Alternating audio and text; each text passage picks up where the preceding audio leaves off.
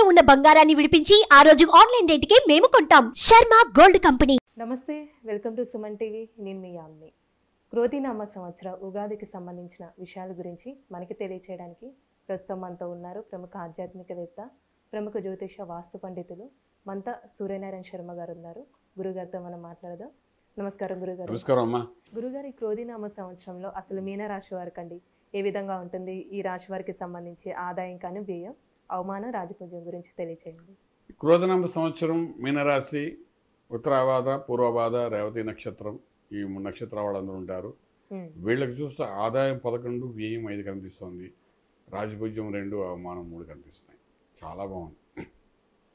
11 ఆదాయం, వ్యయం 5 అంటే ఆల్మోస్ట్ వీళ్ళ యొక్క ఆదాయం అంతా దాచేసుకుంటున్నట్టే లెక్క. అంటే ఎంత అవసరమో ఈ సంవత్సరం ఖర్చు పెట్టారు అంత పెడతారు. ఎక్సెస్ ఆఫ్ మనీ పూర్తి దాచేస్తారు. సో చాలా వెల్ ప్లాన్గా ఉంటారు ఈ సంవత్సరం అంతాను. ఎటువంటి ఇబ్బంది జరగదు. వీళ్ళకి కుటుంబ స్థానంలో గురుడు ఉంటారు, తర్వాత 3వ ఇంటికి వెళ్తాడు.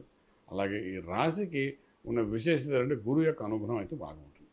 అంచేత ఆదాయం కూడా పెరుగుతుంది. ఆదాయం ఎప్పుడైతే బాగుంటుంది అనుకుంటే ఈ రాశిలో ఐటీ రంగం అనుకోండి, సాఫ్ట్వేర్, బ్యాంకింగ్ సెక్టర్ ఉన్న వాళ్ళందరికీ చక్కటి ప్రమోషన్స్, ఇంక్రిమెంట్స్ వస్తాయి. ఉద్యోగాలు మారాలనుకున్న మారచ్చు, దానివల్ల మంచి బెనిఫిట్ ఉంటుంది. శాలరీస్ ఇంక్రిమెంట్స్ ఉంటాయి, స్పెషల్ బోనస్లు కూడా వస్తాయి. వీళ్ళకి మంచి ఆర్థిక బలం పెరిగే అవకాశం అయితే బాగా కనిపిస్తుంది. వ్యాపారస్తులకి ఎలా ఉంటుందండి? చిన్న వ్యాపారం అనుకోండి, పెద్ద వ్యాపారం అనుకోండి, లేకపోతే అగ్రికల్చర్ అనుకోండి, ఆర్గానిక్ వ్యాపారం అనుకోండి, ఫుడ్ ఇండస్ట్రీ అనుకోండి, రియల్ ఎస్టేట్ అనుకోండి, ఏ వ్యాపారం అయినప్పటికీ కూడా ఇన్వెస్ట్మెంట్ ప్లాన్స్ ఏవైతే చేస్తుందో అందులో సక్సెస్ అనేది బాగా కనబడుతుంది. సో ధైర్యంగా అడుగు వేసి ముందుకు వెళ్ళచ్చు. 12లో శనీశ్వరుడు ఉన్నాడు, ఖర్చు పెట్టిస్తాడు, అప్పు చేయిస్తాడు. ఫర్ ఎగ్జాంపుల్ మీరు ఒక 1000 స్క్వేర్ యార్డ్స్ ల్యాండ్ తీసుకున్నారు, బిల్డింగ్ కట్టాలంటే దానికి కావాల్సిన అప్పు ఇప్పిస్తాడు. మీరు వ్యాపారం చేసుకోవచ్చు, మళ్ళీ తీర్చవచ్చు. సో శని 12లో శని మాత్రం వెనక నుండి అప్పు అయితే పుట్టిస్తాడు. ఒకసారి అప్పు పుట్టిందంటే డెఫినెట్గా సక్సెస్ రేట్ పెరిగిపోతుంది. అబ్బాయి ఈ భూమి మీద అప్పు పుట్టడం అనేది గొప్ప విషయం. ఎందుకంటే నీ యొక్క స్టేటస్ ఎలా తెలుసుకోవాలంటే నీకు ఎంత అప్పు ఉందని బట్టి నీ ఎంత గొప్పవాడు తెలుస్తుంది. ఇది మన వాళ్ళు వేసిన క్యాలిక్యులేషన్ ప్రకారం. సో ఈ సంవత్సరం వాళ్ళకి కావాల్సినంత బ్యాంకు నుండి లోన్స్ వస్తాయి, చక్కగా సక్సెస్ఫుల్ అవుతారు. దేనికి లోటు లేకుండా ఈ సంవత్సరం అంతా బాగుంటుంది చెప్పచ్చు. స్టాక్ మార్కెట్ ఎలా ఉంటుందండి? ట్రేడింగ్ చేసేటప్పుడు ప్లానింగ్, ప్రోగ్రామింగ్ ప్రాపర్గా ఉండాలి. ఎస్పెషల్లీ ఎడ్యుకేషన్ ఇన్స్టిట్యూట్స్, ఐటీ రంగానికి సంబంధించిన కంపెనీస్ ఏమి ఉన్నాయో చూస్ చేసి వాటి మీద ట్రేడింగ్ చేస్తే సక్సెస్ఫుల్ అవుతారు. ఇప్పుడు వివాహం అండి, భార్యాభర్తల మధ్య సంబంధం కానీ సంతాన పరంగా చూస్తే ఎలా ఉంటుంది అసలు? వివాహ వ్యవస్థకు వచ్చినప్పుడు సప్తమంలో ఎటువంటి దోషాలు లేవు. కానీ మీన రాశిలో మనకు రాహువు కనబడతాడు, సప్తమంలో కేతు కనబడతాడు. ప్రేమ వివాహాలు అవ్వడానికి ఛాన్సెస్ ఉంటాయి. అలాగే మనకి ఏంటంటే ఇద్దరి మధ్య ఒకే వేవ్స్ ఉంటాయి, అంచేత భయపడక్కలేదు. ఇక్కడ ఎవరు వీళ్ళిద్దరిని విడదీసేటట్టుగా ఏమీ జరగదు. చిన్న చిన్న చిరాకుల పరాకులు అందరిలో ఉన్నట్టుగా ఉంటాయి తప్ప వివాహ వ్యవస్థ ఏమీ ఇబ్బంది పడదు. సంతానం కోసం చేసే ప్రయత్నాలు కొంచెం విఫలమవుతాయి ఈ సంవత్సరం. వచ్చే సంవత్సరం మాత్రం చక్కగా సక్సెస్ఫుల్ అయ్యే అవకాశం అని చెప్పచ్చు. ఇప్పుడు విద్యార్థులకి ఎలా ఉంటుందండి? ఇప్పుడు విదేశాలకి వెళ్ళాలనుకుంటారు, అక్కడ సెటిల్ అయిన వాళ్ళకి ఎలా ఉంటుంది? విదేశాలు చదువుకోవాలనుకున్న వాళ్ళకి అనుకూలమైన వాతావరణం పూర్తిగా కనిపిస్తుంది. డెఫినెట్గా ఎగ్జామ్స్ ప్రిపేర్ అవ్వండి, మళ్ళీ యూనివర్సిటీస్కి అప్లై చేసుకోండి. You will be selected, no problem in that. చక్కగా బాగుంటుంది. కానీ విదేశాల్లో ఉద్యోగం చేయాలనుకున్న వాళ్ళు మాత్రం కొంచెం ఇబ్బంది పెట్టే పరిస్థితి కనబడుతుంది. అది మాత్రం ఈ సంవత్సరం ప్రయత్నం చేయకండి. మీ రాశిలో ఉన్న రాహు పక్కకు జరిగిన తర్వాత అప్పుడు మీరు ప్రయత్నం చేయొచ్చు. చదువుకునే విద్యార్థులు మాత్రం అనుకూలమైన వాతావరణం పూర్తిగా కనబడుతుంది చెప్పచ్చు. ఇప్పుడు ప్రైవేటు ఉద్యోగస్తులు ఉంటారు, గవర్నమెంట్ రంగానికి సంబంధించండి, వీళ్ళకి ఏమైనా ప్రమోషన్స్ కానీ ఇట్లా ట్రాన్స్ఫర్ అయ్యే ఛాన్స్ ఉందంటారా? ప్రైవేటు ఉద్యోగస్తులకు మాత్రం చక్కగా ఒక అడుగు ముందు వేసి సక్సెస్ఫుల్ అయితే బాగా కనబడుతున్నాయి. అందులో మాత్రం సందేహం లేదు. ఇక ఎటు వచ్చాయంటే ప్రైవేటు ఉద్యోగాల్లోనంటే ఊరు మార్పు, స్థల మార్పు కూడా జరిగే అవకాశం కనబడుతుంది. అంటే మనకు ప్రమోషన్స్ వస్తుంది కాదా అందు కాకుండా మనం ఉన్న ఊరు నుండి షిఫ్ట్ అవ్వడం, అది స్థల మార్పు, స్థాన మార్పు, ఇవి 2 జరుగుతాయి ఖచ్చితంగానే.